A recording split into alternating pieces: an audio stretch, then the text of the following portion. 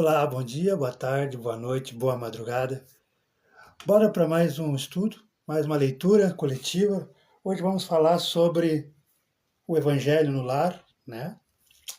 Para quem não me conhece, quem está vindo aqui a primeira vez no Quai, no Face, no YouTube e em todas as redes sociais, meu nome é Edu, Eduardo Espiritualista, né? Aqui no Quai. Curta, comente, compartilhe e bora fazer nosso estudo. Passei por esse horário que é um horário mais coerente, devido a alguns compromissos que nós vamos ter na semana vindoura, e aí passei por esse horário, não gravei ontem o Evangelho no Lar. Para começar, vamos pedir fazer nossa prece de abertura, né? Para não nos alongarmos. Pai de infinita bondade, Jesus, mentores espirituais, amigos, amigas, te agradecemos a oportunidade de estarmos aqui reunidos mais uma vez em teu nome, para juntos estudarmos, relembrarmos e pensarmos, refletirmos sobre tuas palavras, teus ensinamentos, tuas orientações quando deixastes aqui em vida conosco. Te pedimos, Pai, te pedimos, Jesus, que envie à nossa casa mentores espirituais para nos inspirar, para nos intuir, para nos auxiliar para que o estudo seja coerente com as tuas palavras, com os teus ensinamentos. Com o Pai Nosso, daremos por aberto nossa leitura do Evangelho no Lar deste sábado. Pai nosso que estais no céu, santificado é o teu nome. Venha a nós o vosso reino. Seja feita a vossa vontade, assim na terra como no céu. O pão nosso de cada dia nos dai hoje. Perdoai as nossas ofensas, assim como nós perdoamos a quem nos tem ofendido. E não nos deixeis cair em tentação, mas livrai-nos sempre de todo e qualquer tipo de mal. Que assim seja e assim será. Amém, amém e amém. Vou pegar meu copo com água, né?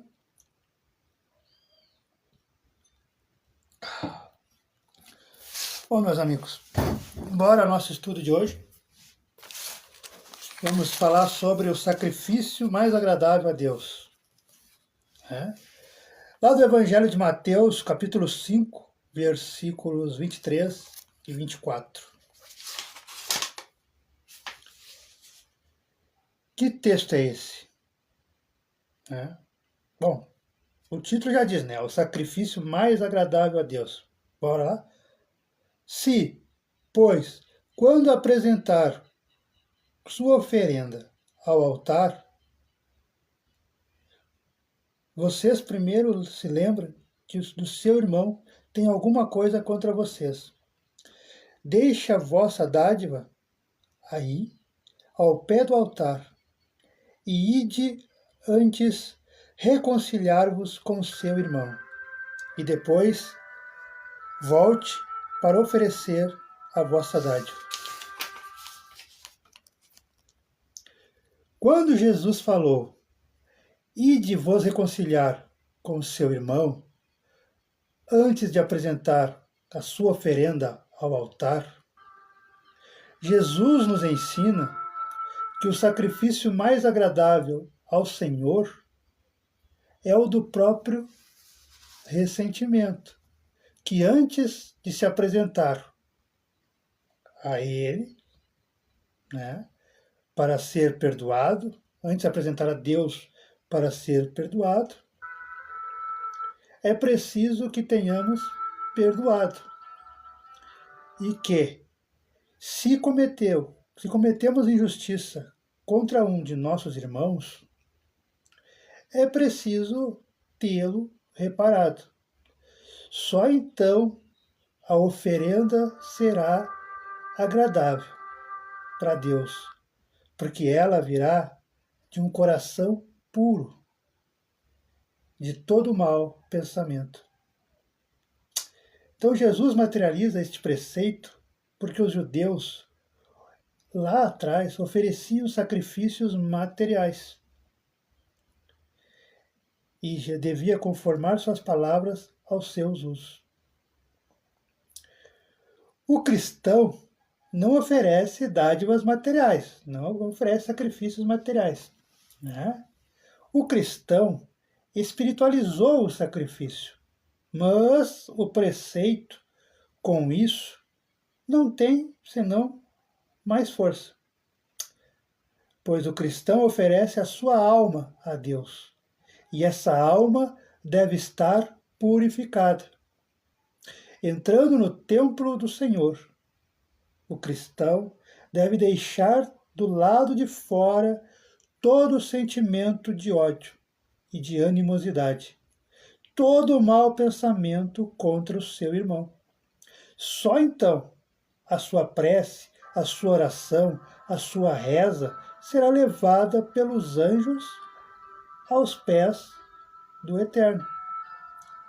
Eis o que ensina Jesus por estas palavras: deixai vossa oferenda ao pé do altar e vá primeiro te reconciliar com seu irmão, se quer ser agradável ao Senhor. Bom,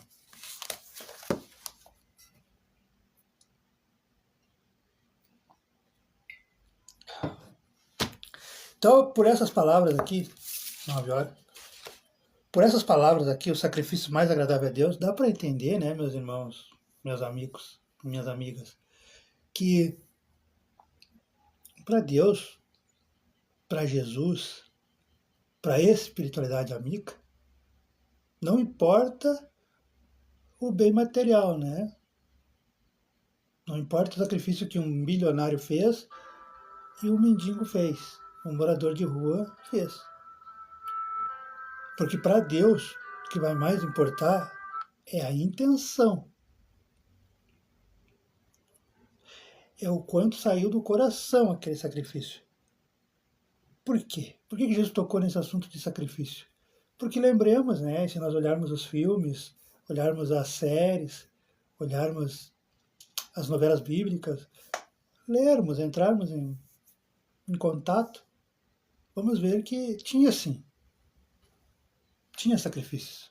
Os nossos irmãos judeus daquela época sacrificavam vacas, bezerros, pombos, né, passarinhos, em nome de fazer oferta para Deus, para Jesus. Né? E qual era o intuito dessas oferendas que eles faziam? Era, bom, se eu der uma vaca para a igreja sacrificar, para a igreja abater, eu vou ser perdoado dos meus pecados. Então eu posso trair, eu posso, né, enganar meu irmão. É só dar uma vaca, é só dar um bezerro, é só dar um pássaro e está perdoado. Aí a grande questão é, veio Jesus e lá no meio deles, vendo eles entregando as oferendas, falou, né, senhoras, quando vocês querem apresentar uma oferenda a Deus, vos lembre que o vosso irmão tem alguma coisa contra vós. Se vocês lembrar, deixe essa oferenda e vá se perdoar. Ou seja, quanto mais puro tiver o coração, quanto menos dívida nós tivermos, não é dívida material, não. Que para Deus, para Jesus, para a espiritualidade amiga, podemos sair daqui devendo para o Serasa, para o SPC, fazer o que, né? Mas nós não podemos dever de dívidas morais. Quais são as dívidas morais? É eu guardar mágoa, é eu guardar ressentimento, é eu guardar ódio, é eu querer vingança, se vingar, né, do meu irmão, da minha irmã, dos familiares, das pessoas, né, dos seres humanos. Quando eu falo irmão, irmão não é só sangue, gente, é humanidade. Então Jesus está dizendo, se você tem alguma coisa contra alguma pessoa que seja, não vai ser tão bem vista a sua oferenda. Porque mais lá na frente nós vamos ver que hoje, com o passar dos séculos, os cristãos não ofertam mais bens materiais, né? Vaca, bezerro, né? Cabrito, terneiro, não. O nosso sacrifício é a alma. Porque é isso que nós vamos apresentar para Deus, para Jesus. É o que está aqui dentro de nós aqui. Né? O corpo vai ficar. Os bens materiais vai ser dividido aí, ou vai ficar para o governo, ou alguém entra aí e pega. Mas o que Deus vai olhar, o que Deus vai ver, é o que nós vamos levar na nossa alma. E aí só leva a bagagem que nós temos, é uma bagagem moral. E se nós pudermos levar menos dívida, né, que é não ter ressentimento, não ter egoísmo, não ter orgulho, não ter vaidade, não ter sentimento de vingança, perdoar, né? Nosso irmão e irmã. Porque o verdadeiro cristão, o verdadeiro religioso que lê, que estuda e tenta praticar, que tenta, porque o seguir Jesus nada mais é, gente, Jesus é um mestre. E quando a gente segue um mestre, a gente vai fazer igual. Senão não tem sentido de mestre e de seguir, né? Porque Jesus é o caminho. Jesus é a luz e o caminho. Então, se ele é o caminho, tem que fazer igual a ele. Então, para ver se estamos no caminho certo, se estamos entendendo o estudo, os estudos, né, os evangelhos, temos que ver se nós estamos seguindo verdadeiramente Jesus. E Jesus foi embora sem guardar um milésimo de milímetro de ressentimento, de mágoa, de vingança. Nada. Tanto é que a penúltima palavra, porque há uma controvérsia, né? Mas essa é a penúltima palavra, na verdade. Porque depois teve a ressurreição dele, né? E aí ele deu mais umas palavrinhas para subir para o céu, né? Então a última palavra foi quando ele subiu para o céu. Então, uma das últimas palavras antes do desencarne dele, lá na crucificação, foi: Pai, perdoa-os. Né? Pai, perdoa eles. Eles não têm noção do que fazem. Porque se Jesus fosse ressentido, teria lançado uma maldição contra nós e todos nós teríamos perecido e acho que nós nem estaríamos aqui. Leva não. O amor dele é tão grande que ele perdoou na mesma hora. Então, né? Por quê? Porque ele ia ir direto lá para Deus, né? E aí como é que ele ia chegar lá para Deus, né? Ofertar a alma dele, carregando mágoa, ressentimento, sentimento de vingança, né? Querendo o mal de qualquer irmão, irmã. É para pensar, né? Ele deu o exemplo. Nós só temos que seguir. Eu sei, é difícil. Não é fácil. Quando alguém faz calúnia contra nós, quando alguém inventa coisas sobre nós, quando alguém nem conhece a gente, acha que conhece e inventa um monte de coisa. É triste, é. Mas, meu amigo, minha amiga, se você está passando por isso, ou passou, não tente revidar, não tente tirar satisfação. Não é covardia, é sabedoria. Porque o verdadeiro cristão, o verdadeiro evangélico, não revida. Porque o tempo mostra. Porque o verdadeiro cristão sabe que tudo o que as pessoas estão falando é mentira. E a mentira, por si só, ela cai. Pode demorar 1 ano, 10, 20 anos, mas cai. Né? E você não precisa fazer um dedo, nada. Por quê? Porque você entende essa passagem aqui, ó, não podemos ter ódio, vingança, querer o mal do nosso irmão. Porque enquanto eu quiser o mal de um irmão, uma irmã, enquanto eu quiser a vingança, né, a minha oração, as minhas preces, meus pedidos para Deus, meus sonhos, meus ideais, meus desejos, não terão a mesma força, a mesma eficácia daquele irmão, aquela irmã que já passou por isso, que não guarda ressentimento, que não guarda rancor, que não guarda ódio. É aqui que está a explicação que pouca gente entende. Só nós espíritas, não é orgulho, não é vaidade, mas só nós espíritas entendemos. Né?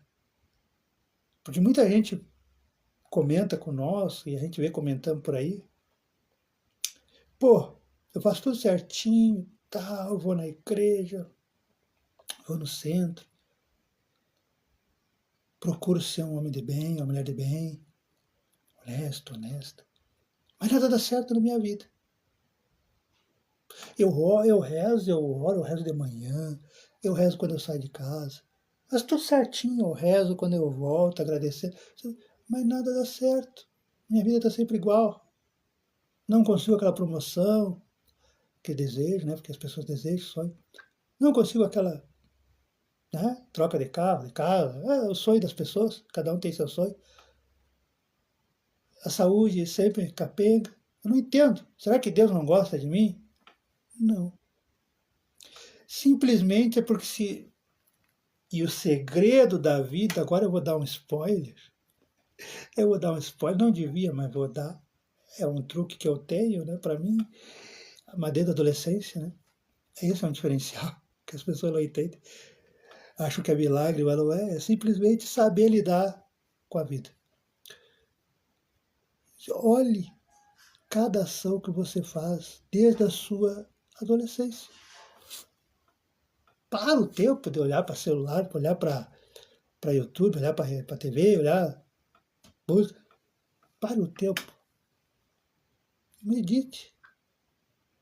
Como é que você era na adolescência? Como é que você agia? Quais eram suas virtudes? Né?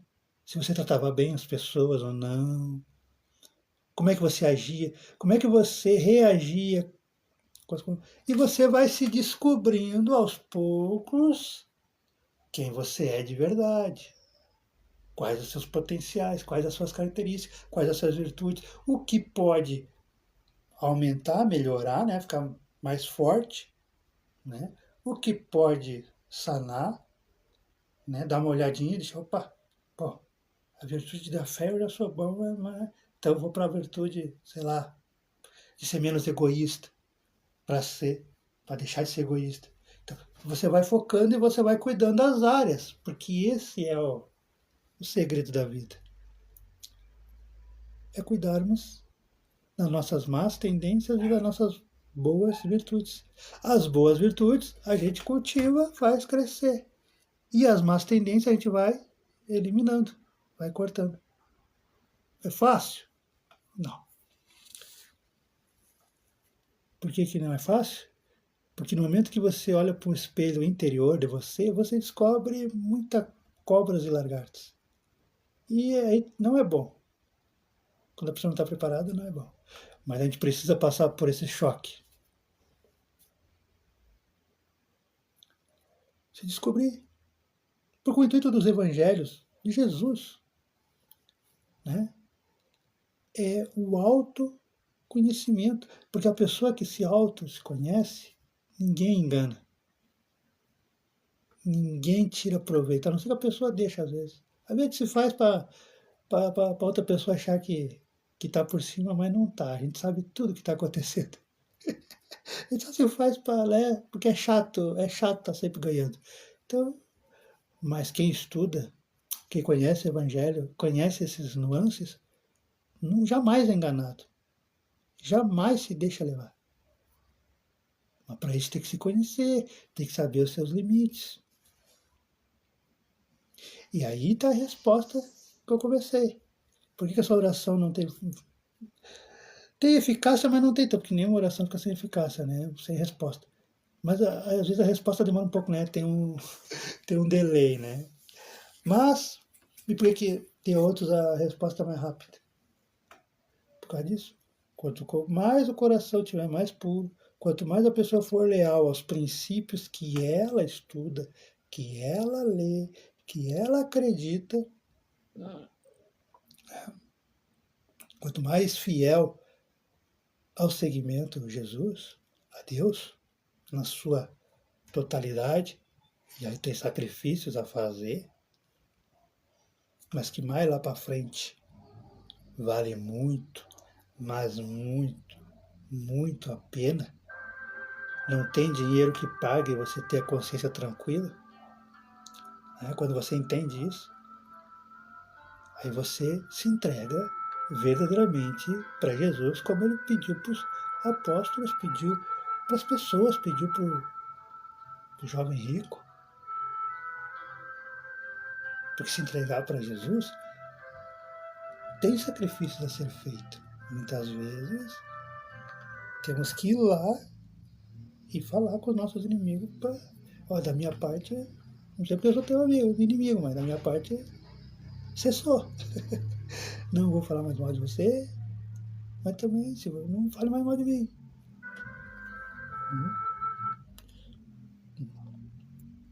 E ir diante reconciliar-se com o seu irmão, e depois voltar para oferecer uma saudade. Por quê? Porque daí tem mais força.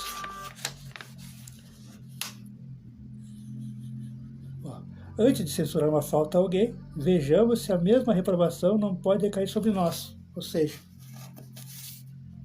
porque é fácil, né, gente? O que Jesus diz aqui? Ó?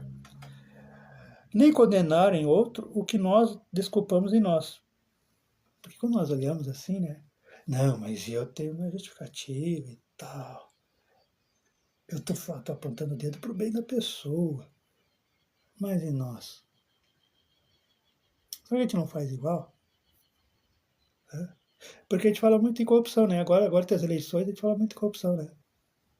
As conversinhas, os grupinhos, né? Fulano do partido A é corrupto. Fulano do partido B é corrupto. Fulano do partido C é corrupto.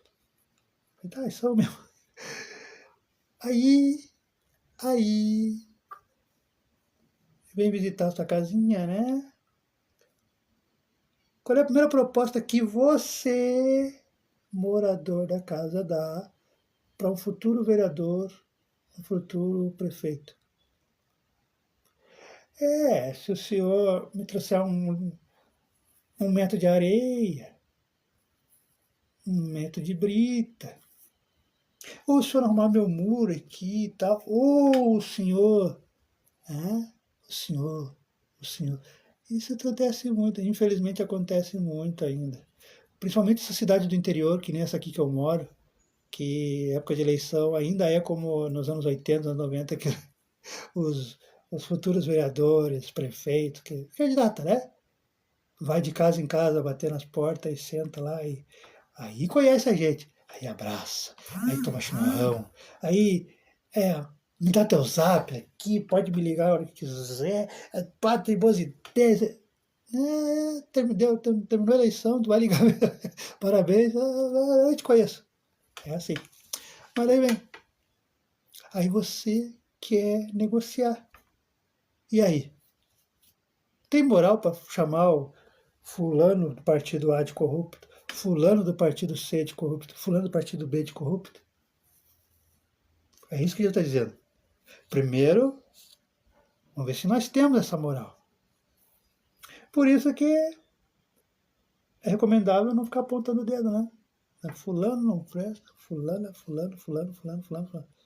Mas e eu? Então, é primeiro se cuidar.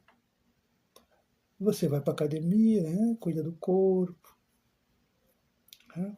Faz uma boa alimentação saudável, né?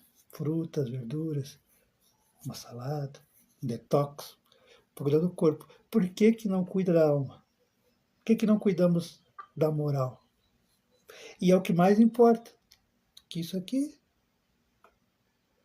porque vai perecer, né? Em vida e depois na morte mesmo. Então, antes de censurar uma falta de alguém, vejamos se a mesma reprovação não pode recair sobre nós. E é muito comum isso aí, né? Geralmente quem aponta na cara assim, ó, você vai pro inferno. A gente vai olhar, a gente vai olhar, a gente vai pesquisar. Faz pior. Faz pior. É a mesma coisa que eu alertava minhas amigas lá em Lajado, em Três Passos. Aqui não. Aqui eu não alerto. Aqui eu deixo. Mas em Lajado eu tinha uma amizade muito forte mesmo. E aí, quando a gente tem amizade forte mesmo, a gente não quer o mal da pessoa, né? A gente quer que a pessoa abra os olhos, que a pessoa. Eu dizia, e é verdade isso aí. Aquele marido, aquela esposa que te acusa toda hora de traição, que te acusa que você está demais no WhatsApp, que você está não sei o quê, que você não sei o quê, te acusa, vai pesquisar que, na verdade, quem está tentando trair é a pessoa. Então é isso aqui que ele está dizendo. Né? Antes de censurar uma falta de alguém, vejamos se a mesma reprovação não pode recair sobre nós. Em resumo, cuide de você, cuide da sua alma, cuide da sua moral, da sua virtude. Cresça, porque eu sempre falo, nós sempre falamos. Estamos em evolução constante. Não é porque nascemos pobres, porque nascemos sem condições de fazer uma faculdade, sem condições de estudar, que não podemos estudar, que não podemos fazer cursos, que não podemos crescer profissionalmente através dos cursos, né? Se atualizar. Não digo nem para ganhar dinheiro, é para ganhar conhecimento, porque o conhecimento, ele realmente liberta. E isso em todas as áreas. E a gente está sempre em constante aprendizado, gente. A gente pode ler. Eu mesmo sei por mim, gente. Tem uma época. Agora não, porque o trabalho é muito extenuante e os horários complica tudo. Mas na adolescência, até os 24 anos, eu lia 3, 4, 5 livros tranquilamente por ano. Acho que era mais, até mais não dá 5 anos. 5 livros por ano. Hoje é um. Hoje é um. E mesmo assim, não sei nada. Mesmo assim, não sei nada. Sempre quando eu vou estudar para falar com vocês, e comigo mesmo, que na verdade foi comigo.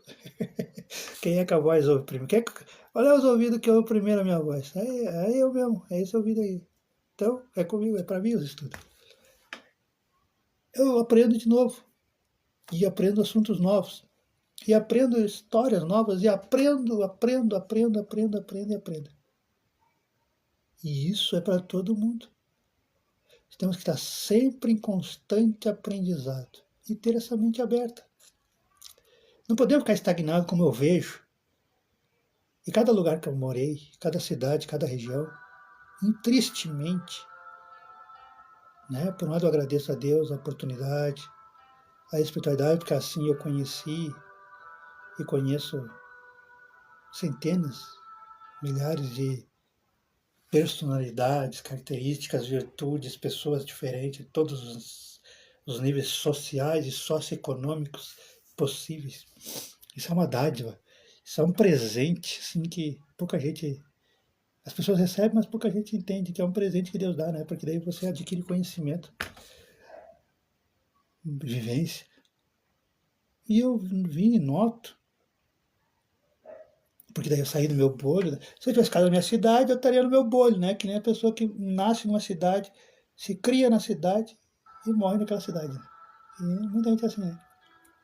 Aí fica naquela bolha, né? Não sabe que existe personalidades, virtudes, características, qualidades morais, qualidades intelectuais, diferentes, diversificadas em cada região. Gente, cada região é um estilo de personagem. Parece que aquelas 10, 15 cidades em volta ali, parece que as pessoas só pensam do mesmo jeito, agem do mesmo jeito, né? E só pode fazer daquele mesmo jeito. Aí você vai para trabalhar, você vai vivenciar, vai morar por um tempo em uma outra região, 400 quilômetros longe, as pessoas têm uma outra característica, uma outra personalidade, um outro estilo de trabalho. Uns são mais companheiros, uma região é mais companheira, é mais humanitária, se ajuda, a outra é menos, a outra não participa tanto. Uma participa, já abraça todo mundo e vai e visita as casas. Então, cada região, né, de 10, 15 cidades em volta, tem uma característica, parece que é cultural. Né? No estado aqui são centenas de culturas dentro do nosso próprio estado. E isso aí se enriquece sabendo. E eu vejo, e vejo, que as pessoas, no ponto de. São estagnadas. Adquirem um grau de estudo e de profissão e ficam. Nunca digo que ficam por ficar. Não se atualizam, não estudam, não querem evoluir. Lá em Lajado, eu falo Lajado porque Lajado eu aprendi tanto porque eu tinha mais contato, assim. É um povo solidário, um povo que não tem medo de passar conhecimento. Os líderes, os supervisores, os empresários, eles não têm medo de passar conhecimento. Não tem medo que a gente vai querer ser empresário ou querer ser líder e passar deles. Não, eles não têm esse medo. Que é o correto. E, e eu via, não é que eles falavam, eu via. Fiquei 10, 15 anos lá, eu via. Só porque era líder de 10 anos, 15 anos, eu ficava parado. Se atualizava, fazia curso, estudava. Não tinha isso, a facilidade que nós temos hoje de YouTube, redes sociais, né? Era mais presencial, né? Tinha que sair de casa, né? Gastar gasolina, né? Deixar o tempinho de estar com a mulher, com os filhos. Mas para que isso? Em prol do crescimento moral, intelectual e que viesse a agregar a sua equipe. Isso é ser uma pessoa saudável, um líder, uma pessoa. Se atualizar, gente, se atualizar, porque hoje o que a gente aprende há 10 anos atrás não é a mesma coisa hoje. E o que a gente aprende hoje, daqui 10 anos, menos até, vai ser totalmente diferente. Então a gente está sempre se atualizando. Então está sempre fazendo quem é líder, gerente, supervisor, empresário, papapá, que lida com gestor de RH, que lida com seres humanos, né? Eu lido com seres humanos. Temos que estar sempre nos atualizando, sempre fazendo dinâmicas, sempre aprendendo como lidar com as novas tendências, porque isso é enriquecedor para a nossa experiência de vida, para o nosso intelecto, mas agrega a equipe, traz a equipe para você, porque daí a equipe olha para você, meu líder, minha líder, meu supervisor, minha supervisora, gerente, empresário, administrador de RH. A equipe olha para você e vê que, opa, não está parado no tempo. Está trazendo novas ideias, novas chances, novas dinâmicas, novas formas de trabalhar dentro do mesma equipe, mesmo setor, mesmo jeito, mas com nova visão. Não está parado naquele estilo que não funciona mais. O que funcionava para os nossos bisavós, nossos avós, nossos pais, não funciona mais hoje. Aquele que manda, aquele que xinga, aquele que grita, aquele austero, que lembra os diretores de novela aí, que aparecendo no vídeo show nos anos 90, que era gritaria, não era? Corta, não sei o que, não sei o que, eu vou gravar de novo, eu vou gravar só mais uma vez. Que era não. Hoje não, hoje tem que conversar, tem que ter paciência. É a mesma coisa. Então, muda, a dinâmica muda. E se esse líder, esse gerente, esse supervisor, esse diretor de RH, esse empresário, esse dono de loja, dono de farmácia, dono de mercado, não se atualizar, fica para trás. E o nosso intuito aqui é que a pessoa não fique para trás. Nem na parte material, que é no seu trabalho, que é na sua família, que é na sua vizinhança, que é na sua sociedade, mas também na parte evolucional, espiritual. Esse é o nosso intuito de gravar esses vídeos. É alertar. Chega de estagnação. Chega de achar que não pode estudar, não pode ler, não pode querer aprender um assunto que gosta. Gente, tem gente que só porque não tem o segundo grau, não acha, pensa e botar na cabeça da pessoa que não pode estudar psicologia, que não pode estudar medicina, que não pode estudar filosofia, que não pode estudar um assunto que interessa ciência, né? Neurociência. É bobagem, é mentira. Tirem isso da cabeça de vocês. Por que Deus, que Jesus, que a espiritualidade permitiu? Porque tudo é permissão, gente. Isso que a gente tem aqui, ou que aparece na Terra, já tem há 10, 20, 30, 50, 100, 200 anos antes na espiritualidade. Para vocês terem uma ideia, no livro Nosso Lar, se não me engano, que foi escrito em 1940, 1940. Bem, olhem bem essa data. Chico Xavier, né, psicografou pelo espírito de André Luiz, livro Nosso Lar, 1940. 1940. Meu finado avô tinha 5 anos de idade. Em 1940, quando meu bisavô foi ler esse livro, deve ser 42 por aí, né, que ele pegou o livro, que até chegar em São Pedro e tal, tudo era mais demorado. Mas vamos dizer que na mesma época ele foi lá que lê nós agora. Para dar o lançamento, já pega, já manda, já escreve e já vem. Quando meu bisavô leu, seu Orestes, ele ficou assim, mas o Chico tá louco. Como assim que André Luiz lá, na espiritualidade, no mundo do céu, lá, do invisível, em 1940. Uma conferência, viu uma conferência em telas, videochamada, isso que nós estamos fazendo, o espírito de André Luiz viu.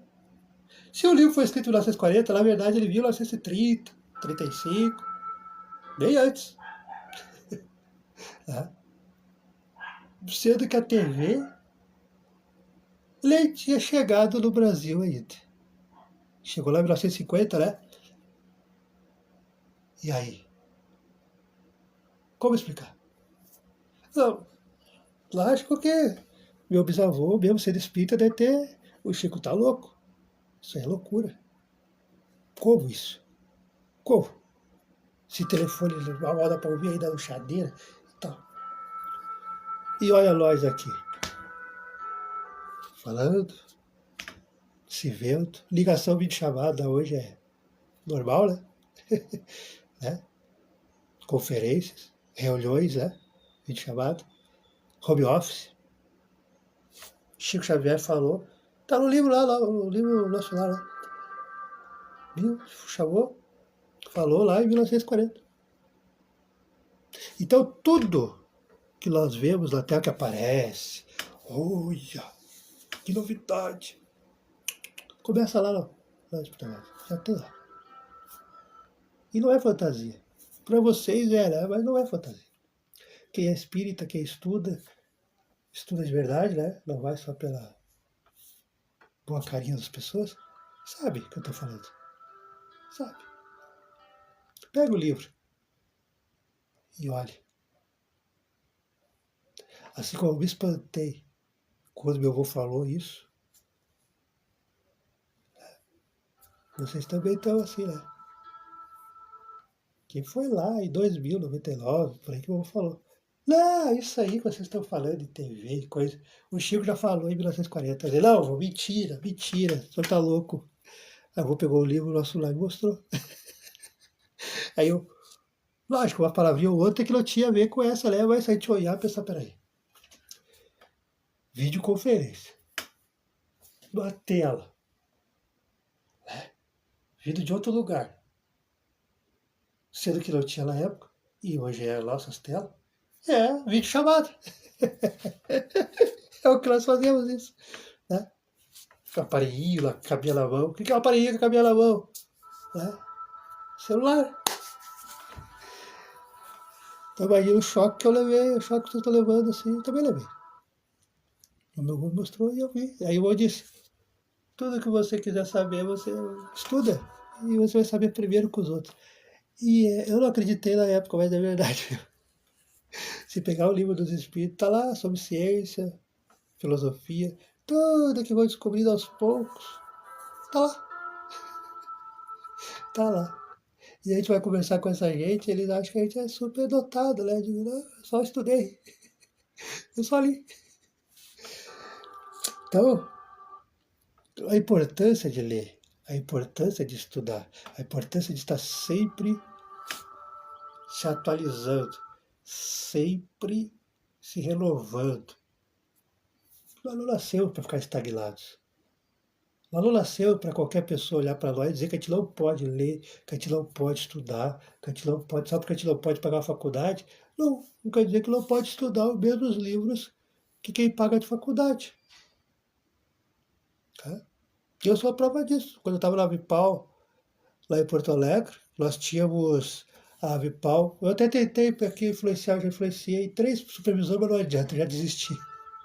Já desisti, eles não correm atrás, que é tão bom, não para mim, mas é bom para os seres humanos, é bom para os profissionais, é bom para as pessoas. A Vipal tinha um convênio com o SESI, que é para aqueles alunos, aqueles jovens, né, 20 anos, 18 anos, que estão fazendo educação física, estudando na faculdade de educação física. Eles vêm, né? No nosso caso lá, eles iam, nós começávamos às 8 horas da manhã, então às 7h30 da manhã estavam lá. Aí depois de tarde eles estavam para outra turma e de noite para outra turma. Que é fazer a ginástica laboral, né? Aqueles 5 minutinhos, 10 minutinhos, né? Que é para não doer as juntas, não doer as mãos, não doer as pernas, não doer os pés dos funcionários, dos colaboradores. E isso tem efeito, assim, é o que eu uso para mim até hoje, e é o que me ajuda muito perante a maioria dos meus colegas, das pessoas em geral. Eu não tenho tantas dores. Acho que nem tem, né? Mas por causa disso, porque eu aprendi essas técnicas. E eu faço no banheiro, mas faço. Antes de começar, que é o aquecimento, né? E os irmãos, principalmente da desossa, da secundária, da expedição, que deveriam fazer, não sabem, não fazem. Aí tem tendinite, aí tem bursite, aí dói isso, aí incha a mão, incha, porque trabalho em frigorífico é exaustivo. Porque não fazem isso. Então, eles tinham isso, eles tinham. E eu, imagine, 2007, vamos lá, 25 anos, 26 anos de idade, né? Jovem ainda, com eles. E quando conversava com eles, porque estavam lá, né, professores fazendo ginástica, nós, imaginem o grupo ali, 20 pessoas, 30 pessoas, numa roda, né, todos fazendo igual a professora, igual ao professor. E aí eu conversava com eles, né, e aí eu dava meu espetáculo, né, para mostrar que eu estudava, que eu lia e relia. Não tinha YouTube na época, né? Tinha que ler mesmo, tinha que correr atrás, tinha que comprar as revistas, tinha que comprar os livros. Aí eles olharam para mim assim, Eduardo, a verdade é Edu, né, sempre me deu esse apelido. Edu, tem certeza que você nunca fez faculdade? Eu, não, não, porque minha mãe é doméstica e não tem condições naquela época, não tinha condições mesmo. Mas você pode fazer. Não. Você é um de nós, você fala igual a nós, você tem os conhecimentos parecidos com nós, para não dizer que tem os mesmos. Olha, você ia se dar muito bem lá 25 anos atrás, gente, 20 anos atrás.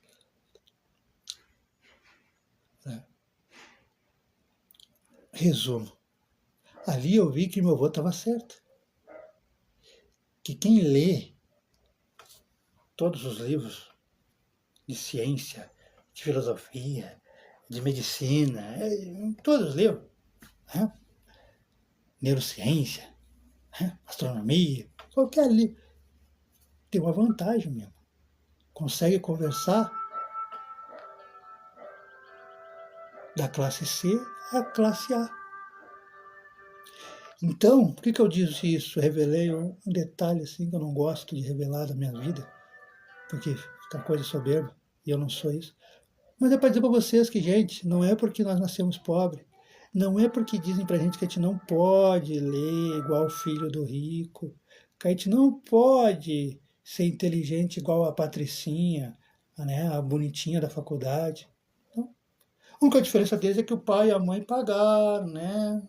Tem dinheiro ali para bancar a faculdade deles e tal. A única diferença.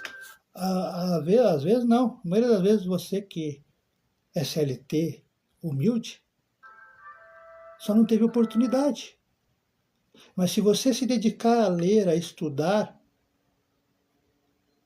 você só não vai ter o diploma, mas você vai estar muito mais preparado que eles, que elas. Porque às vezes a sua inteligência está adormecida. Às vezes não, geralmente. Experimenta ler, experimenta estudar para você ver que você vai se espantar. Você vai dizer, meu Deus, como é que eu estou compreendendo isso? Porque está inato em você, está adormecido. Porque, gente, nós tivemos centenas de vidas passadas, centenas de encarnações e reencarnações. E em cada reencarnação, você estudou alguma coisa. Se não foi um médico, um psicólogo, um terapeuta, um professor, um palestrante, né? Como dizia meu primeiro professor do Oeste,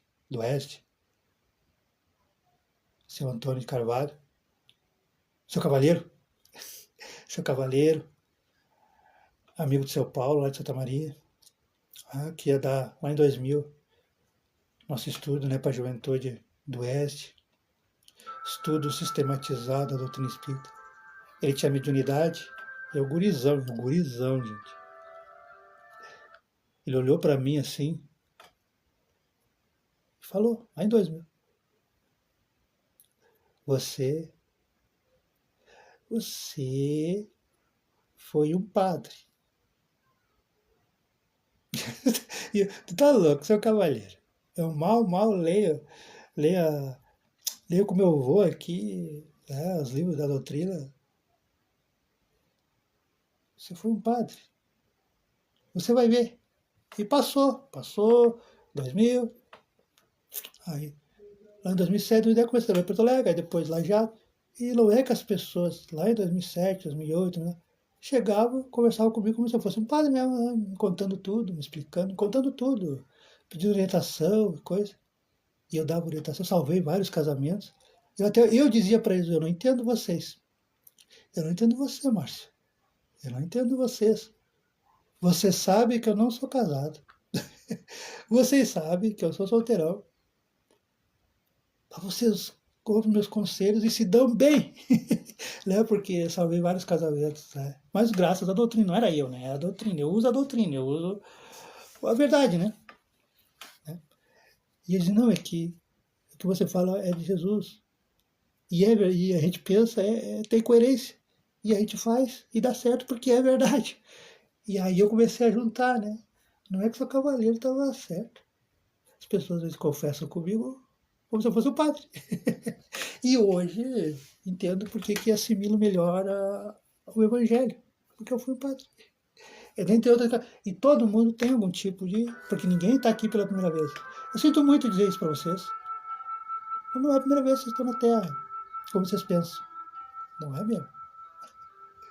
Até seria bom, né? Mas daí vocês iam nascer igual, pior que os macacos. Se fosse a primeira vez. Não é a primeira vez. Então, desperte o professor que você foi, desperte o psicólogo, o terapeuta, desperte o cientista, desperte o gerente, desperte o supervisor, desperte o líder, desperte o empresário, a empresária, desperte alguma característica de uma vida passada que você teve, porque está tudo aí dentro de você. E a gente só vai descobrir lendo, estudando, pesquisando, fazendo cursos. Né? Quem puder, faculdade, escola. Mas quem não puder, faça que nem eu. Leia. Não vamos pensar que eu leio só religião. Se um dia alguém vir aqui em casa, vai se espantar. E isso que eu não pude guardar tudo que eu sempre dou. É psicologia. Psicologia de verdade, gente. Psicologia de verdade. Poderia dizer que sou psicólogo, mas não tenho, né? Não tenho curso, não tenho papel. A psicologia, o mesmo que os psicólogos estudam, papai aqui tem os livros. E assim vai. Isso é para vocês entenderem que não é porque nós não temos dinheiro, não temos condições, que não podemos sim. A gente não vai poder exercer a função. Né? Mas vai poder lidar com o ser humano e lidar com nós mesmos como eles. Então a importância de se conhecer, né? Então, antes de censurar uma falta de alguém, se conheça primeiro. E para me conhecer primeiro, eu tenho que estudar, eu tenho que ler, eu tenho que me conhecer. E eu só me conheço quando eu olho para dentro. E para olhar para dentro, eu tenho que saber quem eu sou de verdade. Não o que as pessoas olham, não o que as pessoas pensam. Porque as pessoas pensam de você, às vezes, não tem nada a ver. Então não adianta. Fulano, que você acha que eu sou? Ah, porque você é isso, você é isso. Mas às vezes não tem nada a ver. Você só vai saber se você se conhecer as suas fraquezas e as suas potencialidades. Aí você consegue dosar. Então, a censura lançada sobre a conduta de outra pessoa pode ter dois motivos: reprimir o mal ou desacreditar a pessoa, cujos atos se criticam. Né? Esse último motivo não tem jamais desculpa, porque é da maledicência e da maldade. Então, você que é cristão, eu que sou evangélico, cristão, espírita, não posso só apontar os dedos e não apontar a resolução. Não posso. Você não presta, você é vagabundo, você é isso, você é aquilo. Você vai para o inferno, vai queimar no mármore do inferno. Tá aí a solução. Se eu não der a solução, você vai dizer, olha, esse lado aí pode, não sei, mas quem sabe você faz isso, quem sabe você faz aquilo, quem sabe você segue esse caminho. Aí sim, daí até dá para falar para a pessoa. Agora, se eu só falar, você vai para o inferno, você é isso, você é aquilo, mas eu não der o outro viés, aí não adianta nada. Então é melhor não, daí eu não sou cristão de verdade. O que está dizendo aqui? Né? O primeiro pode ser louvável e torna-se mesmo um dever em certos casos, uma vez que disso deve resultar um bem. E sem isso o mal não seria jamais reprimido na sociedade. O homem, aliás, não deve ajudar o progresso de seu semelhante. Devemos. Estamos aqui para isso. Estamos aqui, que eu digo, 8 bilhões de habitantes. Estamos aqui para uns ajudar os outros. Por isso que tudo é uma engrenagem, né, gente?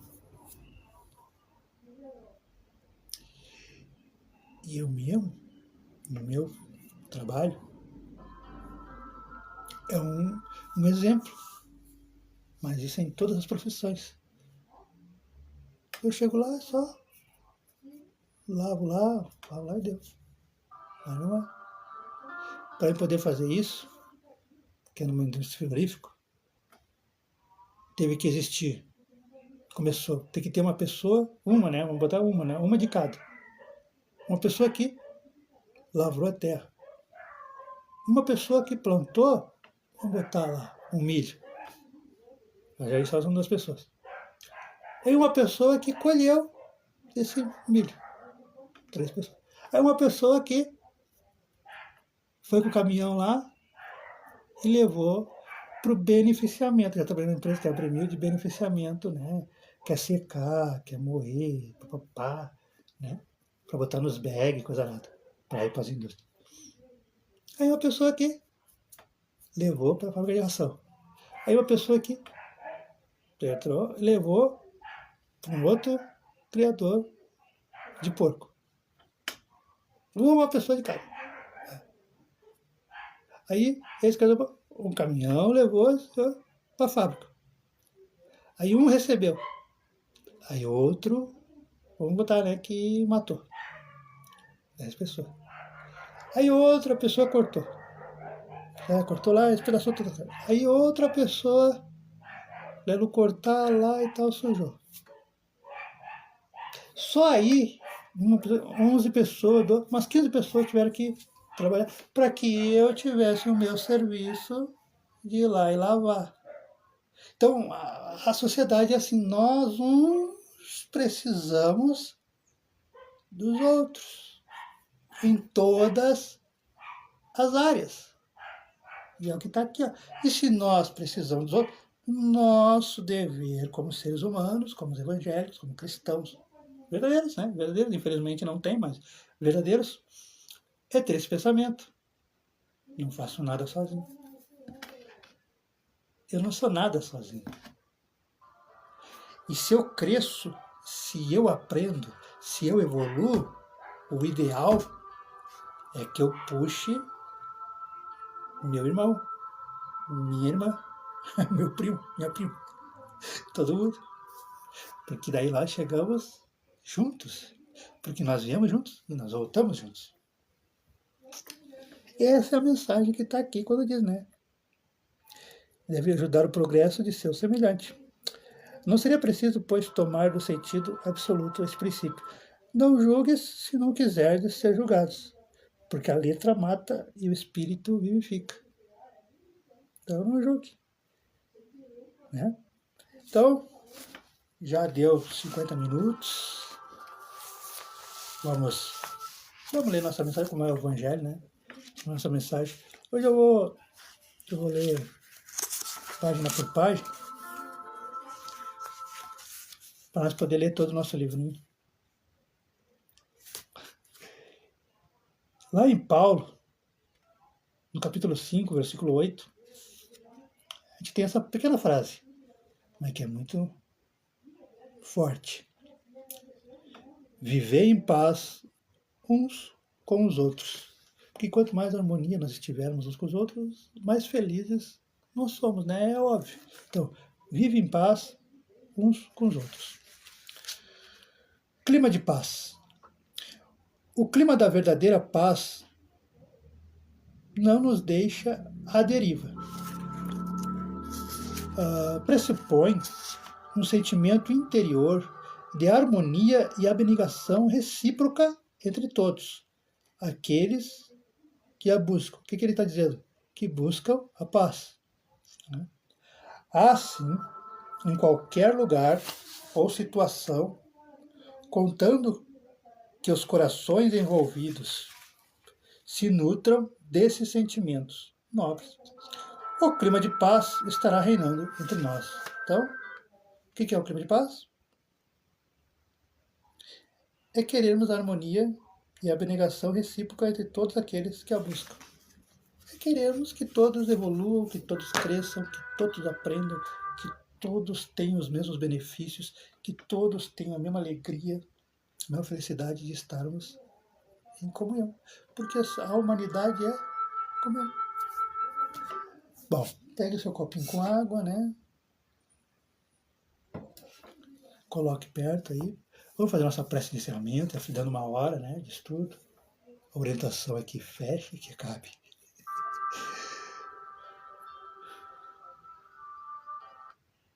Pai, Jesus, mentores, mentoras, irmãos, irmãs que nos acompanham, que participam conosco,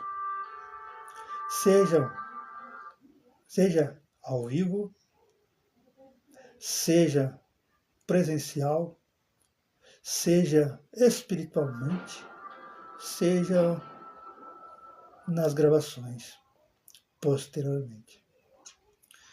Mas que ao entrar em contato com nossos vídeos, com os nossos áudios, possam se sentir revigorados, revividos,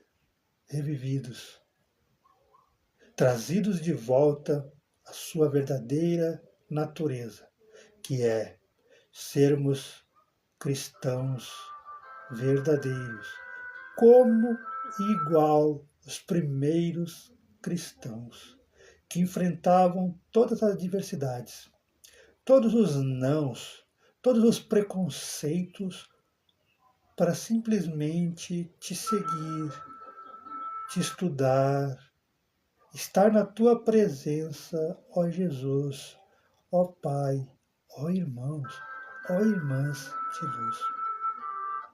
Te pedimos, Pai, te pedimos, Jesus, e a todos os irmãos e irmãs, anjos de guarda de cada irmão, de cada irmã, que fluidifique, benze, coloque o remédio necessário a cada irmão, a cada irmã, que ao bebermos, ao tomarmos essa água, possamos nos sentir reenergizados, revitalizados, prontos para mais uma batalha, que é enfrentar o mal em teu nome, trazendo a luz, trazendo o amor, trazendo a paz, não só para nossos lares, mas para todos os lugares aonde nós estivermos e formos. Que possamos ser, cada um de nós, uma centelha da tua luz, uma centelha do teu amor. Que possamos ser representantes fiéis ao teu amor, à tua justiça, aos teus ensinamentos, ó Deus, ó Jesus, ó irmãos, ó irmãs de luz. Com o Pai Nosso, damos por encerrado nossa leitura, nosso Evangelho, nosso estudo gratificante, que nos inspirou, que nos educou, que nos ensinou que devemos espalhar o amor, a compreensão para com nossos irmãos. Pai nosso que estais no céu, santificado é o teu nome, venha a nós o vosso reino, seja feita a vossa vontade, assim na terra como no céu. O pão nosso de cada dia nos dai hoje, perdoai as nossas ofensas, assim como nós perdoamos a quem nos tem ofendido. E não nos deixeis cair em tentação, mas livrai-nos sempre de todo e qualquer tipo de mal. Que assim seja e assim será. Um ótimo fim de semana a todos, uma ótima semana a todos. Fique com Deus, na paz de Jesus, e que seus mentores, suas mentoras, seus anjos da guarda, continuem iluminando, continuem inspirando, para que vocês estejam aqui conosco amanhã ou esta tarde e todos os dias que nós viermos gravar esses vídeos com muito carinho, com muito amor. Obrigado, curtem, compartilhem, comentem, porque vocês não estão agraciando o Eduardo, vocês estão agraciando Deus, Jesus, porque esses minutos, no nosso caso, essas horas, não são perdidas. É a mesma bênção que está dentro da igreja. É a mesma bênção que está dentro de um centro espírita. É a mesma bênção que estar presencial com Jesus, porque Ele está vendo que você está tirando um tempo da sua vida, que é preciosa, para estar com Ele, para ouvir Ele, para relembrar, para estudar e para principalmente melhorar, ser um homem, ser uma mulher, ser um jovem melhor do que fomos ontem. E vamos ser amanhã melhor do que somos agora. Então, muito obrigado, com Deus, e até a próxima.